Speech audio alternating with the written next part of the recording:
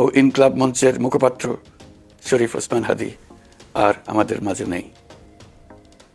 ইন্না লিল্লাহি ওয়া ইন্না ইলাইহি রাজিউন।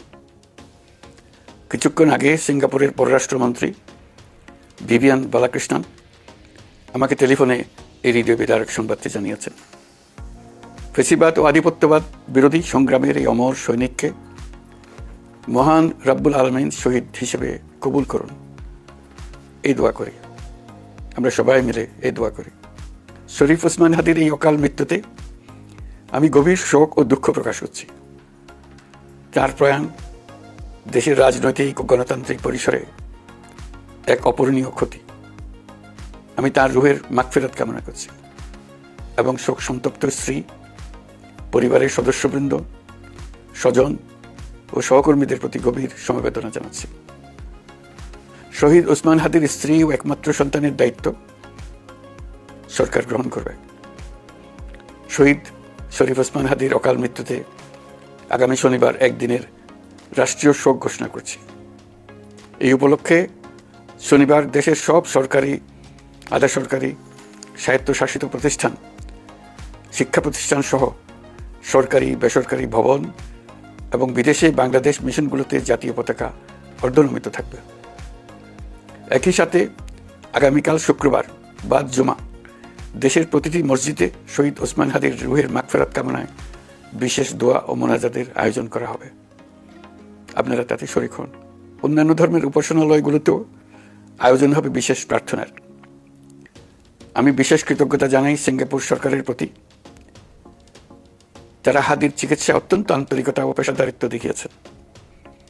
বিশেষ করে সিঙ্গাপুরের পররাষ্ট্রমন্ত্রী ভিভিয়ান বালাকৃষ্ণন, যিনি একই সঙ্গে একজন বিশিষ্ট চিকিৎসক, তার প্রতি তিনি নিজে হাদীর পরিচর্যা করেছেন, আমাকে নিয়মিত চিকিৎসা সম্পর্কে খোঁজখবর দিয়েছেন।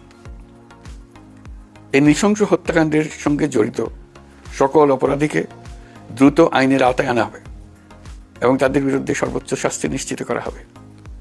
এ বিষয়ে কোনো ধরনের শৈথিল্য দেখানো হবে না।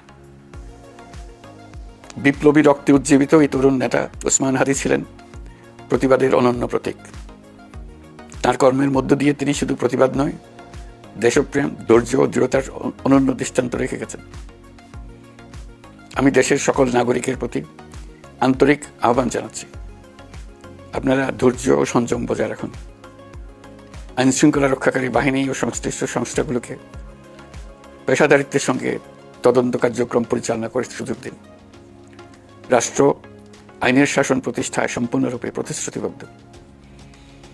আমি আবারও স্পষ্টভাবে বলতে চাই, ওসমান হাদী ছিলেন পরাজিত শক্তি, ফ্যাসিস্ট সন্ত্রাসীদের শত্রু। তার কণ্ঠ স্তব্ধ করে বিপ্লবীদের ভয় দেখানোর অপচেষ্টা সম্পূর্ণভাবে ব্যর্থ করে দেন। ভয়, সন্ত্রাস কিংবা রক্তপাতের মাধ্যমে এদেশের গণতান্ত্রিক অগ্রযাত্রা কেউ থামাতে পারবে না। আমরা এখন গণতান্ত্রিক উত্তরণের চূড়ান্ত পর্যায়ে উপনীত হয়েছি। শহীদ হাদী ছিলেন এই প্রক্রিয়ার অবিচ্ছেদ্য অংশ। তার একান্ত ইচ্ছা ছিল আসন্ন নির্বাচনে প্রতিদ্বন্দ্বিতা করে নতুন বাংলাদেশ বিনির্মাণের পরবর্তী ধাপে সক্রিয় ভূমিকা রাখা। অত্যন্ত দুঃখের বিষয়, তার এই মহতী ইচ্ছা অপূর্ণ রয়ে গেল। তার স্বপ্ন বাস্তবায়নের দায় আজ সমগ্র জাতির কাঁধে ন্যস্ত। আগামী দিনগুলোতে আমাদের সবাইকে ধৈর্য, সংযম, সাহস ও দূরদর্শিতার সঙ্গে এগিয়ে যেতে হবে, যাতে নির্বাচন ও গণতন্ত্রের শত্রু ফ্যাসিস্ট সন্ত্রাসী অপশক্তিকে চূড়ান্তভাবে পরাজিত করা যায়।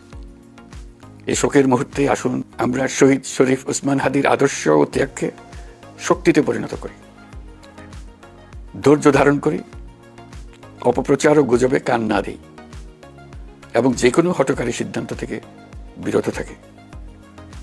যারা দেশকে অস্থিতিশীল করতে চান তাদের ফাঁদে পা না দিয়ে আসুন আমরা সবাই ঐক্যবদ্ধভাবে গণতন্ত্র, ন্যায় বিচার ও গণমানুষের অধিকার প্রতিষ্ঠার পথে অবিচল পদক্ষেপে এগিয়ে যাই। এটাই হবে শহীদ হাদীর প্রতি আমাদের প্রকৃত শ্রদ্ধা। আল্লাহ হাফিজ।